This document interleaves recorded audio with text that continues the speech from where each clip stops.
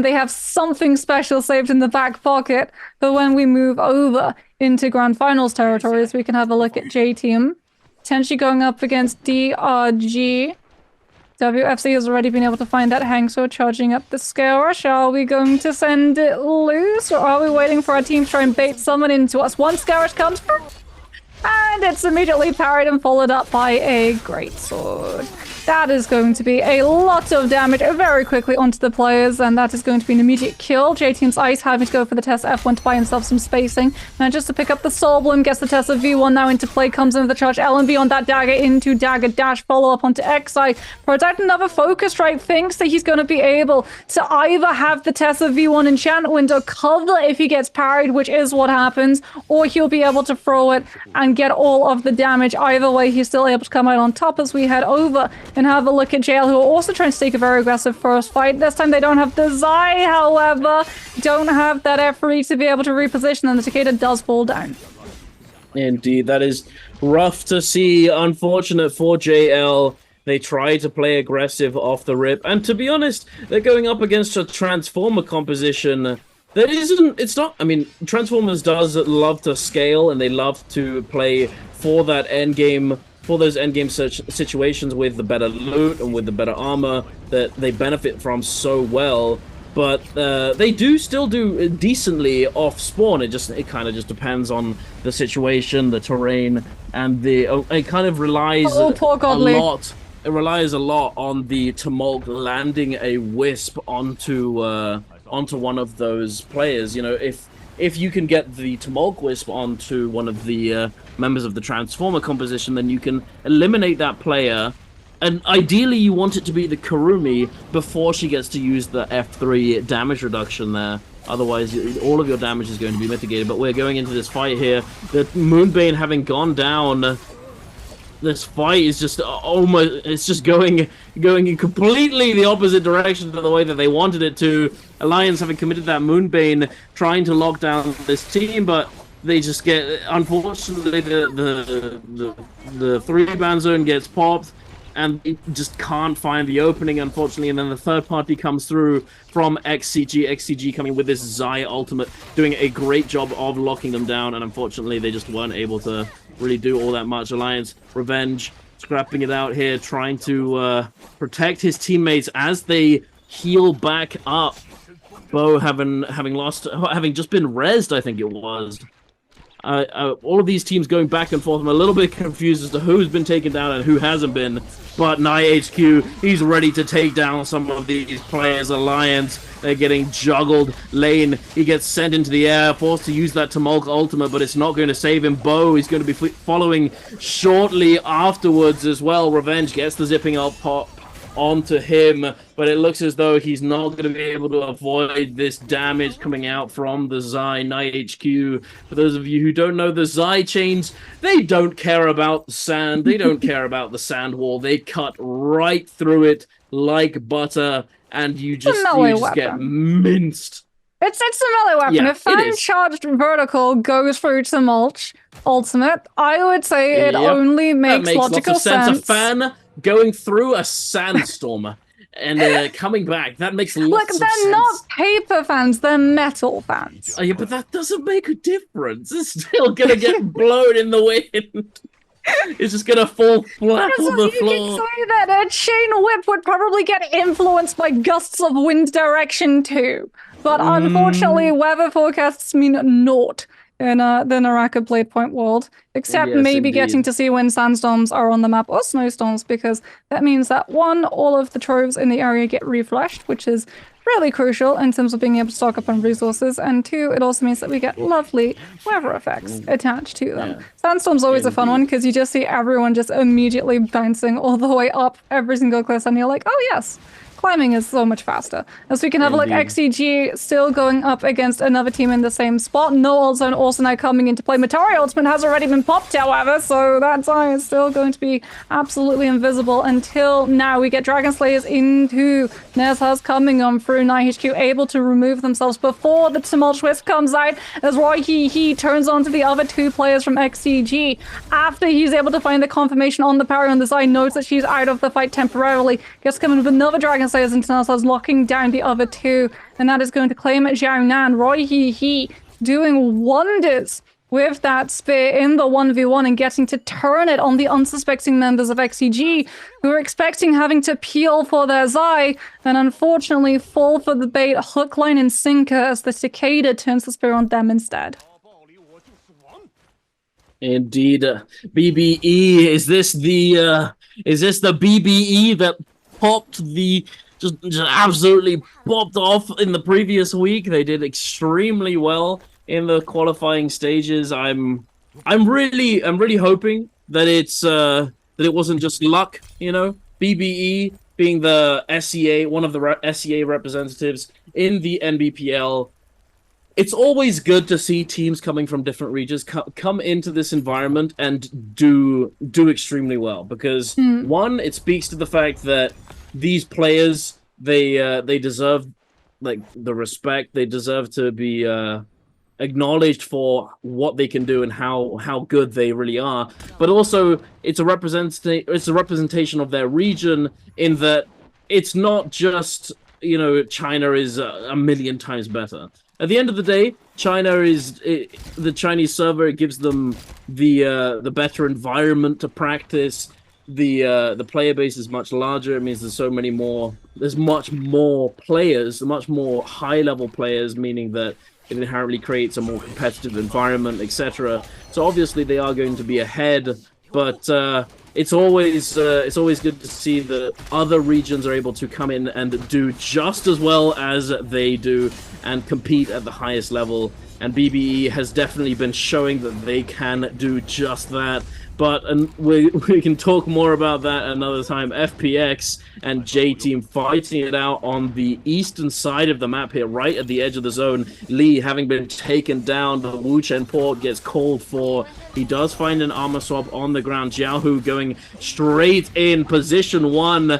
He does have that monk transformation ready to go, and he does use it here. But the Viper ultimate is going to come out. The Tessa the Tessa charm having locked him down. The stun's going to come through, but it looks as though they're not really going to be able to burst him all that effectively before he is unstunned, before he comes out of it. But the thing is, he's greeding. He greeds for that secondary grab, and he doesn't go for that slam, missing out on the damage. I'm not sure if it was the fact that he was silenced in the situation, he wasn't able to do it, but he doesn't get that second grab, he doesn't get the slam here, but it looks as though the salty run back has been called for. Ice has respawned here. Xiao, who gets the parry, but the F1 knocks him back.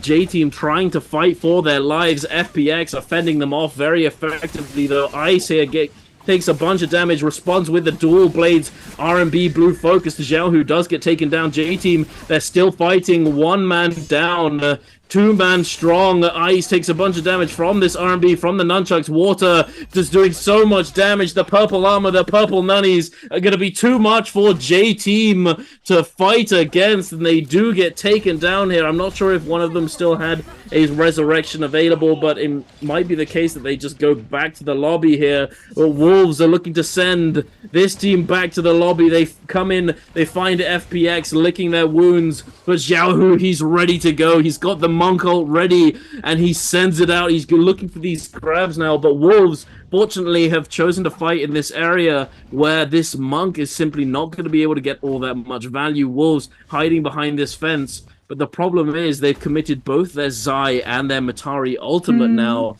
and both of these teams are kind of on the back foot. However, Xiaohu, having lost a bit of his armor, is a susceptible target, and they're looking to try and open him up here. The F3 comes out from the Zai. They're trying to create openings. They're able to do so. He goes for the parry, but doesn't find it. The pillar gets dropped down on top of him to peel for Xiaohu. He jumps into that mech now, and he's sending fire back onto this team.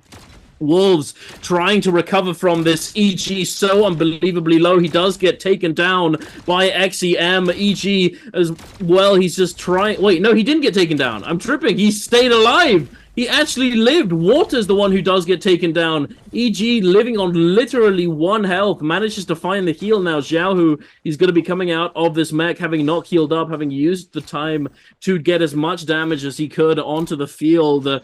He's going to be chased down here, having not having no armor to speak of, this is going to be a very difficult situation to come away from, and it looks as though he's not going to be able to do so. And the wolf pack prevails.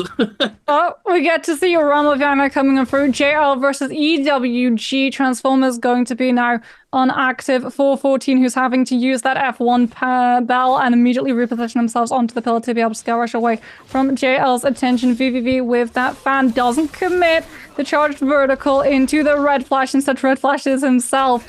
Does get taken down, however, by the pulse of cleave coming in through from 9 as XG finds all of this damage with the fan, making sure that TXJ does not get to sit in the back and throw the charge vertical on that pole sword, catching everyone unawares, sits in the F3 for a matter of moments, gets a little bit of connection, but unfortunately that fight was going on so long between those two teams. They actually entered when we were watching the FPX versus Wolves fight. The realm of Yang times out. I don't even know if that was the first ultimate circulation that we saw coming through, because we didn't get to the beginning. I would not be surprised if it was the second, if that Transformer was able to get 2 Monk ultimates off. One at the very beginning and then one towards the very end.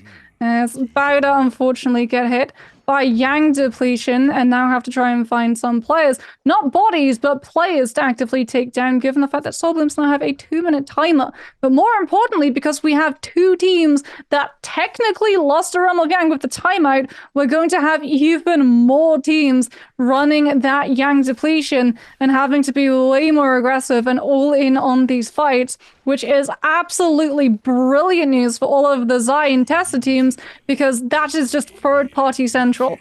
Does BBE see DRG? Yes. Are we going to see a fight come through? BBE are running Vermilion Bird's Might. DRG do not have that buff, so they have to be very careful. If they go down here, this is where they go down. Akos comes on through the V2. There's one grab coming out onto BBE's Ivan, sending him further away from his team. Gorgeous interception, however, with the Takeda ultimate, getting those shoves and making sure that they're not able to find a kill. Unfortunately, Ivan still goes down with how low he was. Kurumi ultimate now comes on through. WFC trying to stagger these players up so that Wujin on that Yushan can get all of the follow-up with the spear stagger. Kurumi Tever onto the Takeda so he can get the damage reduction. It's going to be snapped, so now he gets 90%. As a result, DRG are going to wait until they properly decide to push onto him, as it is currently a 2 versus 1. That Takeda gets juggled up into the sky.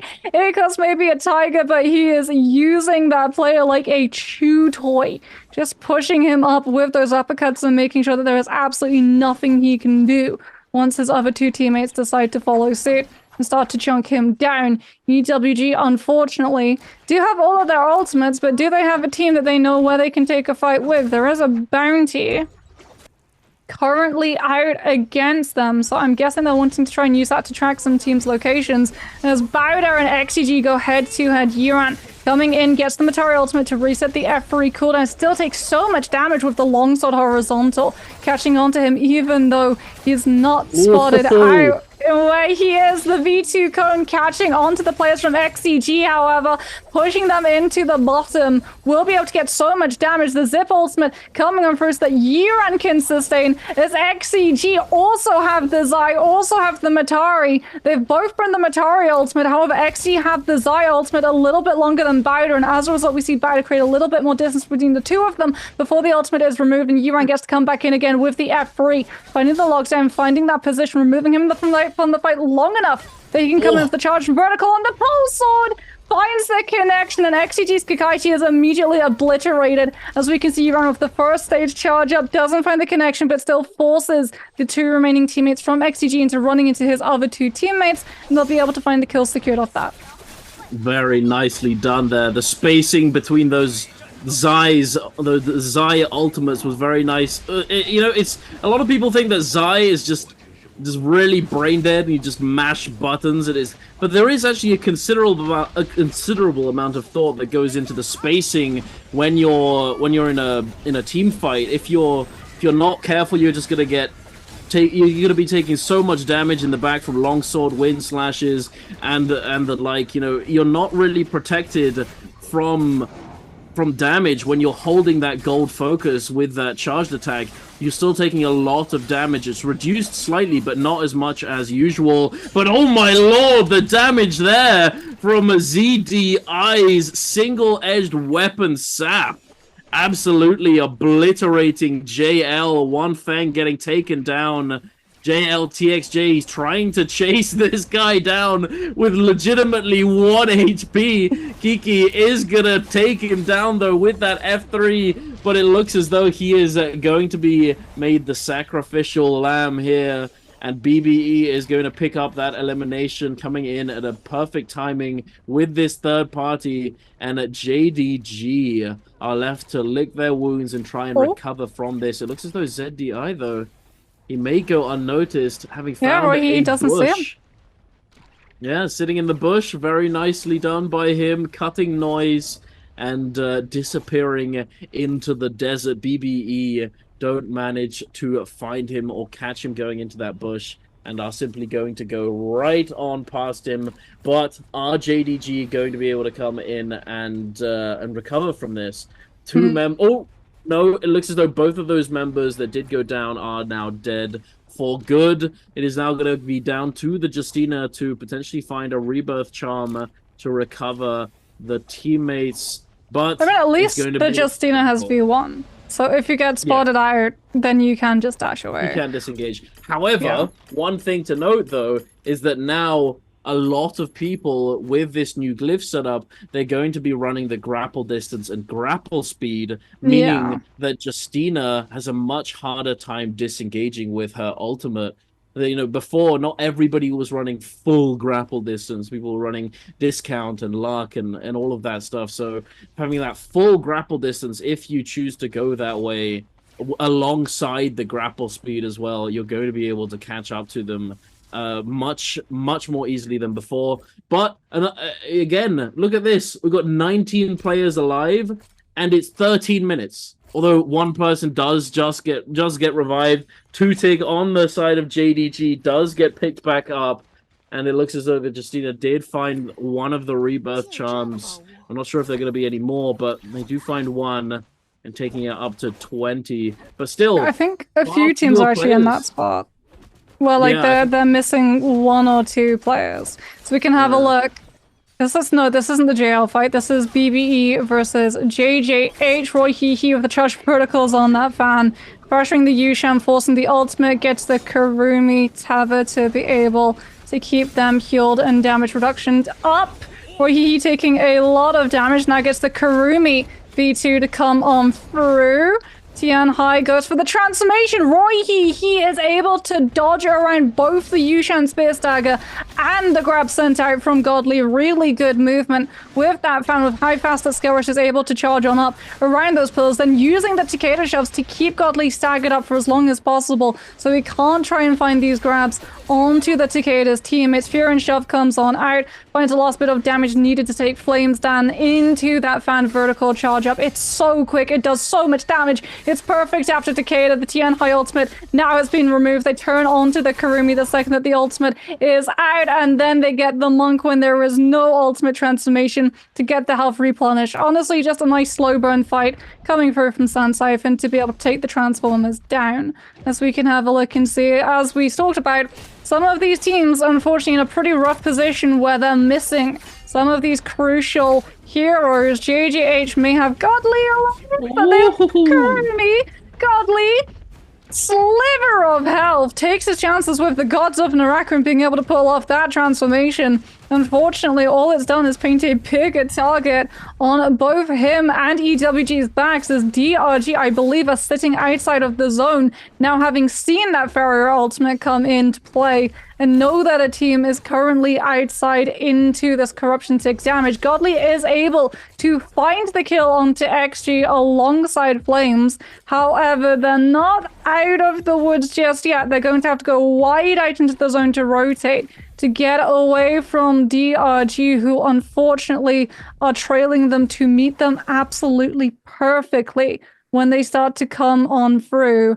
As JJH, spotting out the DRG are ahead of them, have to double back. They're running out of time. Flames just able to make it into safety before the Corruption 6 damage takes his health bar down, but unfortunately, that's just going to be the go sign for DRG, who spot the Monk, force the F1, and then move on to the Transformer himself. Godly falls.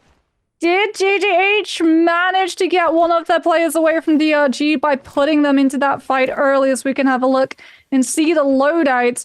No surprises, it is going to be Rage Bars picked up for so many of these players onto DRG side. I think that's the 8th kill for the ACOS composition, which, yes, I mean, indeed. it needs to do well. It needs to do really well now because it's going to struggle into endgame. Right, because ACOS may be incredibly good in solos when fights are like 1v1, but in trios where you're relying on the grab being able to hit one of those players, it doesn't have the same threat level nor kill security as something like a Takeda who can cleave through multiple targets. That is true. However, I think the pressure that ACOS can exert with those jumps, just being able to constantly jump around and like, because each jump, well, once you got into 2 jumps and you recognize that he's hopped twice, you know that he's going to be doing a gold focus pounce attack, which means that like, unless you have something to deal with that, unless you have something to match that level of focus state, then it's going to be rather difficult to ever look for the engagement. And then on top of that, you have the F1, which gives him the damage reduction. If he manages to jump into a crowd of people and use that F1, it also scales with the number of people that he hits. So if he manages to hit, let's say 3 people, he's going to get an absurd amount of damage reduction. And he's going to be very difficult to kill with those pounces. He might be able to secure a lockdown onto a specific player of an enemy team, or drag somebody into the zone, or potentially drag somebody into his teammates who can then look to follow up. However, as you say, it can be rather difficult. If he doesn't position correctly, if the team gets focused down, they might get put in a bad situation that they might not be able to recover from. But oh, speaking of bad situations, yeah, speaking of bad situations, there's like 3 teams currently with only 3 players left, and they're all having to hide, and BBE is going hunting. Flames is Yushan, so he will be able to get the health reset on his ultimate, and now looks to break away. If he can lead BBE into another team, that would be best case scenario.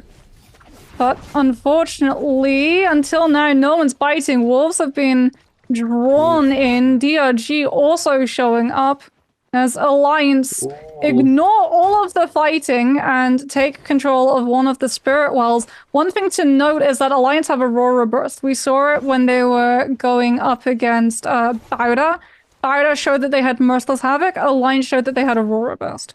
So no surprises, the team with that Soul Jade go for control of the spirit well, and no one contests them as a result. Something else that hasn't happened. Oh, I was about to say JDH's Flames hasn't shown up in the kill feed. Oh, I am so sorry, JDH. That was literally a millisecond perfect cast occurrence. You manifested it quite literally. Unfortunate for JDH, but I think JDG are also in this position. Yeah, it's just that Justina still has the V1, hasn't been pressured enough into using it. Instead, we're just surviving off of Hengsword movement tech. And Skull Rushes alone at this moment.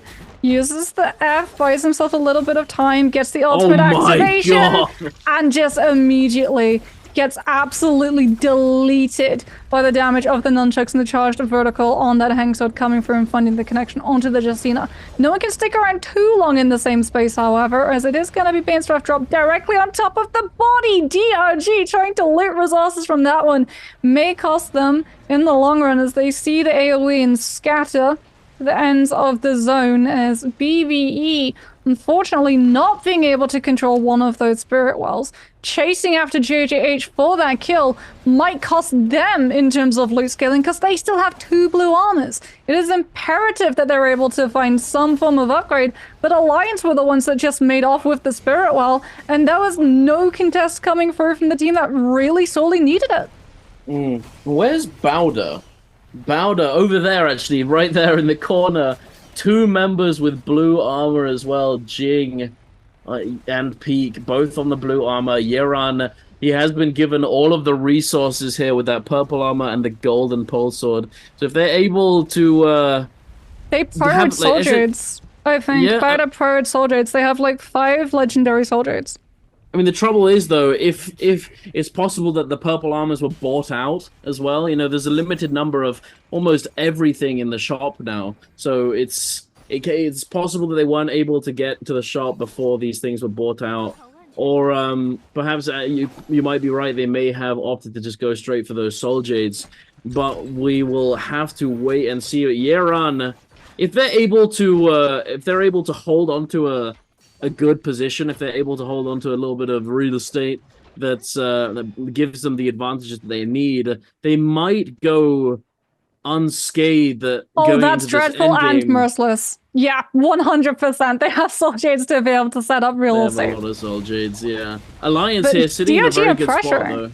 Okay, so DRG have the Dreadful, Bowda have Merciless, Alliance have Aurora Burst. It's very interesting that so many of these teams basically just pick one Soul Jade now.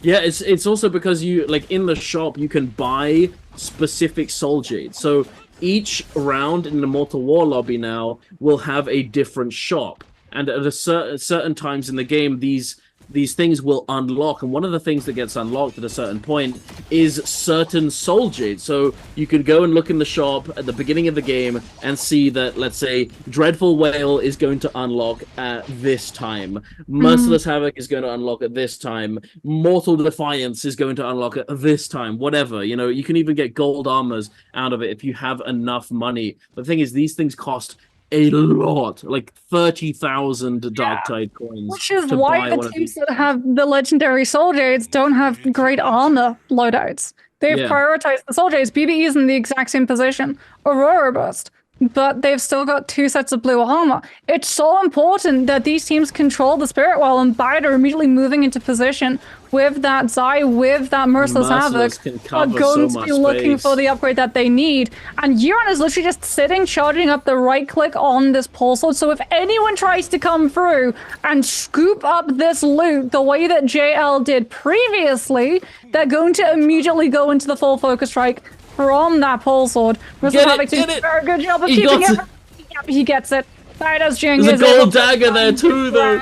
There is a gold dagger. Who's able to grab it? And who did Bowda turn on to be able to find themselves a place of safety? Because they might have been able to grab the Spirit Well, but they haven't been able to keep themselves safe afterwards. Pico's so incredibly low. And we actually see Euron forced into utilizing that Zai V2 to be able to come through and buy Peak the spacing to be able to survive and try and force ultimates from the other teams, so that when Bowda lose the Zai ultimate, everyone turns onto another team instead. Unfortunately, Jade still goes down. Euron tries to come in with the V2, but gets interrupted mid-cast and is forced to remove themselves from the situation with that Zai F3. Wolves, as a result, are able to find the kill onto Alliance's lane, who's trying to clear up the space. Aurora Burst again gets interrupted, this time by Wolves Jam, coming in with the charge LMB on that dagger before swapping on over to the Zai ultimate and getting the connection, making sure that Alliance aren't able to sit and charge up that Aurora strike and keep everyone silenced on out. Meteor ultimate now comes into play. Jam's gonna have another F3. DRG starting to come on through with that A cost. We've still got one grab. WFC using the movement and the additional jump height hops to be able to reposition himself back towards his team and heal himself fully on up, getting covered by the Dreadful Whale, as well as that jabbing coming on through from the Justina ultimate now going to come into play. WFC looking to cancel the Aurora Burst before it gets to come through in full fruition yet again, as Wolves now throw it out to be able to keep themselves safe. Bowda's Peak unfortunately goes into a grapple bump extension into follow-up from that Hang Sword, but DRG chasing the kill onto Bowda's Peak, meaning that they're outside of the corruption and get held into position by the Aurora Burst coming through from a team inside the safety, as Wolf Gem with that Zai V2 now starts to come on through. F3 to keep up the damage onto Alliance. One Fear and Shove now exhausted onto the Zai to be able to reposition. Yushin ultimate fully in place, so we can just try and play for our health and get the spin staggers onto the Zai. Meteor ultimate means that we get another F3 and we get to try and come fully into play, but the spear stagger from the Yushan just means that the Zai has not been able to set up just yet. And this is going to be that soldier, that Aurora Burst coming through that controls all of this space. We swap over to a longsword loadout to be able to just keep up the pressure with the light staggers and also with the charged vertical, push these players further into the corruption, takes damage and away from our team. And Wolves surely are just cleaning up at this point. 13 kills. They've got all of their players alive. They just have to dispatch the okay, because Aurora Burst should be able to connect onto him. The L and beyond that dagger, forcing him even further away. Zai ultimate gets to come back into motion yet again, and Wolves walk away with the win.